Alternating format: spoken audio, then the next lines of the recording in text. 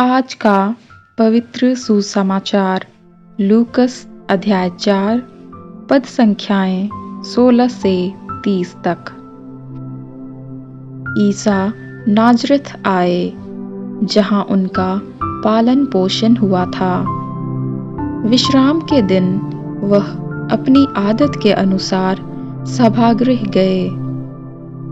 वह पढ़ने के लिए उठ खड़े हुए और उन्हें नबी इसायास की पुस्तक दी गई। पुस्तक खोलकर ईसा ने वह स्थान निकाला जहां लिखा है, प्रभु का आत्मा मुझ पर छाया रहता है, क्योंकि उसने मेरा अभिषेक किया है। उसने मुझे भेजा है जिससे मैं दरिद्रों को सुसमाचार सुनाऊं, बंदियों को मुक्ति का और अंधों को दृष्टि दान का संदेश दूं, दलितों को स्वतंत्र करूं और प्रभु के अनुग्रह का वर्ष घोषित करूं। ईसा ने पुस्तक बंद कर दी और वह उसे सेवक को देकर बैठ गए। सभागृह के सब लोगों की आंखें उन पर टिकी हुई थीं।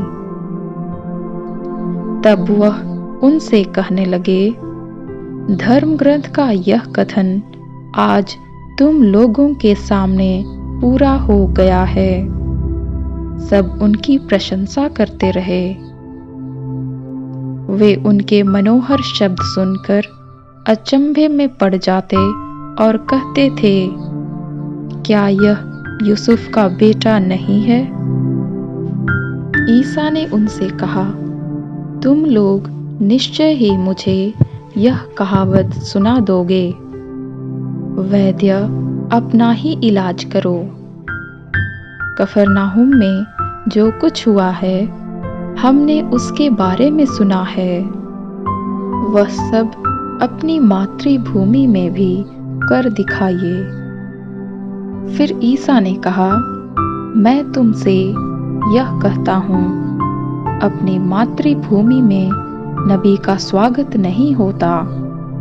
मैं तुम्हें विश्वास दिलाता हूँ कि जब एलियास के दिनों में 3.5 वर्षों तक पानी नहीं बरसा और सारे देश में घोर अकाल पड़ा था, तो उस समय इस्राएल में बहुत सी विधवाएं थीं।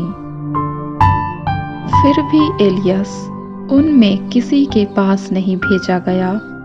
वह सीदोन के सरेप्ता की एक विधवा के पास ही भेजा गया था। और नबी एलियस के दिनों में इस्राएल में बहुत से कोढ़ी थे, फिर भी उनमें कोई नहीं, बल्कि सीरी नामक ही निरोग किया गया था। यह सुनकर सभागृह के सब लोग बहुत क्रुद्ध हो गए। वे उठ खड़े हुए और उन्होंने ईसा को नगर से बाहर निकाल दिया। उनका नगर जिस पहाड़ी पर बसा था, वे ईसा को उसकी चोटी तक ले गए ताकि उन्हें नीचे गिरा दें, परंतु वे उनके बीच से निकलकर चले गए। यह प्रभु यीशु का पवित्र सुसमाचार है। ख्रीस्त की जय। आमीन।